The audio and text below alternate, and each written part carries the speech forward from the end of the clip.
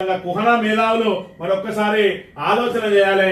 ఇక్కడ చూసుకున్నట్టయితే మరి ఇక్కడ ఈయన పేరు మరి ఏదైతే తీర్థాల కుమరెల్లి, ఈయన సుమారు 70 సంవత్సరాలు ఉంటాయి. ఈయనకు ఈ 70 సంవత్సరాల వ్యక్తి మీద ఈయన చేసే పని ఏంటంటే మంత్రి శ్రీధర్ బాబు అనుచరులు ఏదైతే ఇసుక దందా, మట్టి దందా, అదే విధంగా ఏదైతే గుట్టలను కొల్లగొట్టుకుపోతా ఉన్నారో దాన్ని ప్రశ్నించడం, అదే విధంగా నా సొంత పొలంలో నుంచి నేను కూడా మట్టి తీసుకుంటాను నా సొంత ఇంటికి అని అంటే ఒకవైపు ఎంఆర్ఓ పర్మిషన్ ఇయ్యడు, కలెక్టర్ దగ్గరికి పోతే మైనింగ్ ఏడి దగ్గర పోమంటారు, మైనింగ్ ఏడి దగ్గరికి పోతే మరి ఇక్కడ ఎంఆర్ఓ దగ్గర పోమంటాడు, ఎంఆర్ఓ దగ్గర పోతే మరి నేను సొంత భూములకు వెళ్ళియాడు కానీ మరి వాళ్లకు మరి గుట్టలు తెలుసుకుపోతా ఉంటే ఎందుకు ఇస్తున్నావు అని చెప్పి ఈయన ప్రశ్నిస్తే ఈయన మీద ఎస్సీ ఎస్టీ కేసులు పెట్టి వేధిస్తా ఉన్నాడు. ఈయన వయసు ఎంతో చూడండి, ఈయన కథ ఎంతో చూడండి.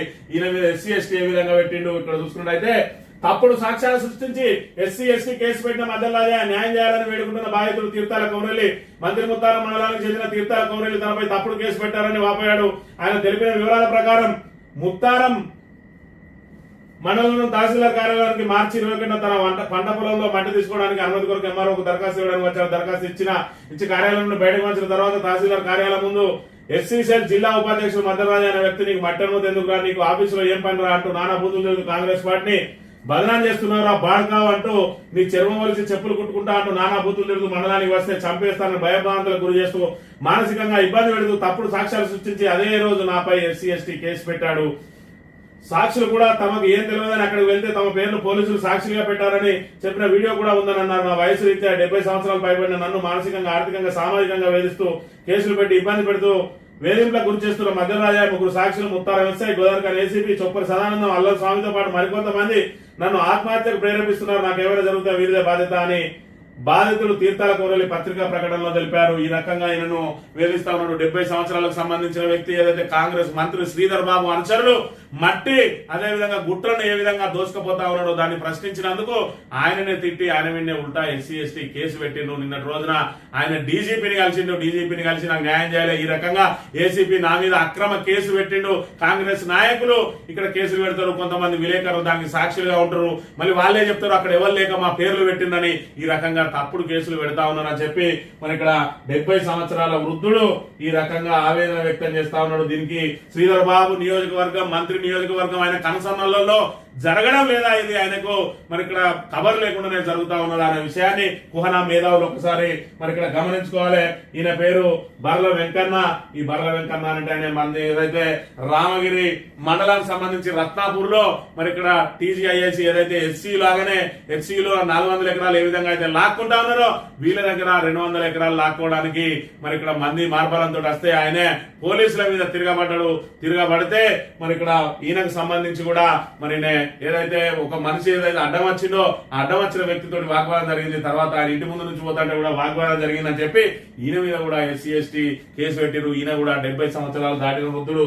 ఈయన చూసుకున్నట్టయితే సముద్రాల రమేష్ అని చెప్పి ఖమ్మంపల్లి మాజీ సర్పంచ్లకు సంబంధించి పెండింగ్ బిల్లులు రావడం లేదని చెప్పి ప్రభుత్వాన్ని పదే ప్రశ్నిస్తూ మంత్రి నియోజకవర్గంలో అధికారులు చేస్తున్న తప్పిదాలను, అదే విధంగా మంత్రి అనుచరుల చేస్తున్న తప్పిదాలను ఎప్పటికప్పుడు సామాజిక మరి ఏదైతే సోషల్ మీడియా ద్వారా పూర్తిగా ఎండగట్టడంతో ఈయన మీద కూడా ఎస్సీ ఎస్టీ కేసు పెట్టిన అంశాన్ని ఒకసారి గమనించాలి. ఇవన్నీ శ్రీధర్ బాబుకు తెలవడం లేదా, ముందుగా నా మీద పెట్టిండ్రు ఎస్సీ ఎస్టీ కేసు, నిత్యం శ్రీధర్ బాబును ప్రశ్నిస్తా ఉన్నామని చెప్పి ప్రజా ఏదైతే వ్యతిరేక విధానాలకు అవలంబిస్తున్నటువంటి మరి ఇక్కడ శ్రీధర్ బాబు ఆయన అనుచరులను, ఆయన తమ్ముని ఆగడాలను ప్రశ్నించినందుకు ముందు నా మీద ఎస్సీ ఎస్టీ కేసు పెట్టిండ్రు, తర్వాత ఈయన మీద ఎస్సీ ఎస్టీ కేసు పెట్టిండ్రు, మరి వారం తిరగక ముందే మళ్ళీ ఈయన మీద కేసు పెట్టిండ్రు, మళ్ళీ వారం తిరగక 2 రోజులు తిరగక ముందే ఈయన మీద కేసు పెట్టిండ్రు. ఈ రకంగా ఏ విధంగా కేసులు పెడతానో ఒకసారి తీర్థాల కౌరయ్య మాటల్లోనే విన్నట్టయితే తీర్థాల కొమరయ్యని నేను నా భూమి పట్టా భూముల కోసానికి దానికి పర్మిషన్ కావాలని పట్టా భూమి పాస్బుక్ 1B జిరాక్స్ అన్ని పట్టుకొని ఆడికి మండలానికి పోయి అప్లికేషన్ ఇచ్చి కలెక్టర్ ఆఫీస్కి కూడా పోయినాం. కలెక్టర్ దగ్గర అంటే అక్కడి నుంచి కలెక్టర్ అంటే కొమరయ్య అక్కడికి పో, మైనింగ్ ఏడి కూడా అంటే అక్కడికి పో, నీకు పర్మిషన్ ఇస్తా, నీ పట్టా భూమి కాదని ఆయన అన్నాడు. ఈ మధ్యరాజు అనేటోడు మధ్యలోకి వచ్చి నేను ఎంఆర్ఓకి అది అప్లికేషన్ ఇవ్వంగా ఈతలకి గల ముందు వెళ్ళాగా, అరే లంచా కొడక నువ్వు ఎవరిరా, నీకెందుకు కూడా లంచా కొడక, మంచి నువ్వు బాగా లీడర్ కాలం చేస్తాను లంచా కొడక, వాడిని ఇష్ట కూర్చున్నాడు బూతులు దించుకుంటా, అరే లంచా కొడక నిన్ను తప్పుతారని వారికి బిడ్డ నేను తప్పుదా నేను ఉంచలేను అని మధ్య రాజయ్య అనే వ్యక్తి మాట్లాడింది. ఏమి చేయాలా అదే రాజయ్య ఎందుకయ్యా నువ్వు నీ తండ్రి లాంటి వాడిని నేను రాజయ్య నన్ను ఎందుకు తిరుగుతున్నావయ్యా బూతులు అని చెప్పకుండా కూడా అరే లంచవాడుగా నువ్వే వలిగిన తండ్రి లంచవాడుగా నేను ఎస్టేసి కేసు పెడతా లంచవాడుగా నేను తీసుకుపోయి పోలీస్ స్టేషన్లో పెట్టి నేను జైలు పంపుతాను లంచవాడుగా అని నానా బూతులు తిట్టుకుంటా ఈ మధ్య రాజయ్య అనే వ్యక్తి ఇట్లా చేసిండయ్యా నేను ఏం చేయాలి అని అప్పుడు నేను ఎంఆర్ఓ గారికి రాజయ్య ఎందుకయ్యా ఇట్లా మాట్లాడతాను అని ఎంఆర్ఓ గారికి నేను ఒక ఫోన్ చేసిన అయ్యా ఇతనికి వెళ్ళి ఎంఆర్ఓ గారు ఈ రాజయ్య బోర్డు పెట్టండి మరి ఇది రైతులది కాదు ఈ మండలం రాజయ్య మండలం పెట్టండి. ఇది ఆయన పోయి ఆయన దరఖాస్తు పెట్టుకుందాం అని చెప్పి ఎంఆర్ఓ దగ్గరికి పోతే ఆయన తిట్టి ఆయన విన్నే మరి నానా బూతులు తిట్టి ఎస్సీ ఎస్టీ కేసు పెడితే ఇక ఇక్కడ నుంచి ఏసీ బత్తడు ఆయనకు బహిరంగ విచారణ అవసరం లేదు, బాధితులను విలువడు. ఏదైతే కాంగ్రెస్ నాయకులు కేసు పెట్టడం, అదే విధంగా ఆయనలే వాళ్ళే ఇద్దరు ముగ్గురు కాంగ్రెస్ నాయకులేయో లేకపోతే కాంగ్రెస్ సపోర్టర్లేయో సాక్షిగా పెట్టడం, ఈయన అక్కడికి పిలిపించుకొని వాళ్ళ వీడియోలు తీసుకోవడం, ఛార్జ్ షీట్ వేయడం, మరి ఇక్కడ తీసి కేసు పెట్టి కేసు ఫైల్ చేసి ఛార్జ్ షీట్ వేయడం ఇక్కడ పరిపాటిగా మారింది. వరుసగా 4 కేసులు ఇవైతే మరి ఇక్కడ వందలాది కేసులు సోషల్ మీడియా మీద పెడతా ఉన్నారు.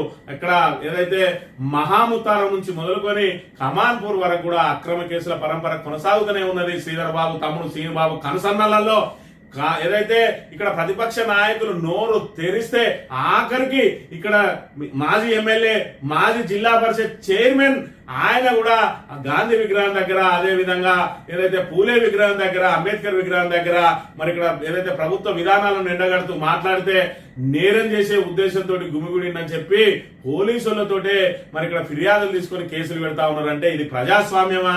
ఇది మరి ఇక్కడ ప్రజాపాలన అనే ఒక మాట గమనించాలి. మంతల్లో 2014 పూర్వం ఏ విధంగా అయితే నియంత పాలన చీకటి రాజ్యం నడుస్తా ఉన్నారో ప్రజెంట్ అదే జరుగుతా ఉన్నది. ఇప్పటి వరకు నా మీద 12 కేసులు పెట్టిండ్రు. 12 కేసులు పెట్టి వేధిస్తా ఉన్నారు. అక్కడ చూసుకున్నట్టయితే మహాముతారంలో 2 మీద రౌడీ షీట్ ఓపెన్ చేసిండ్రు, రామగిరి మండలంలో 1 మీద రౌడీ షీట్ ఓపెన్ చేసిండ్రు, అదే విధంగా కాటారంలో విధుల కాటకం అని చెప్పి అక్కడ యూత్ అధ్యక్షుడి మీద కేసు పెట్టిండ్రు.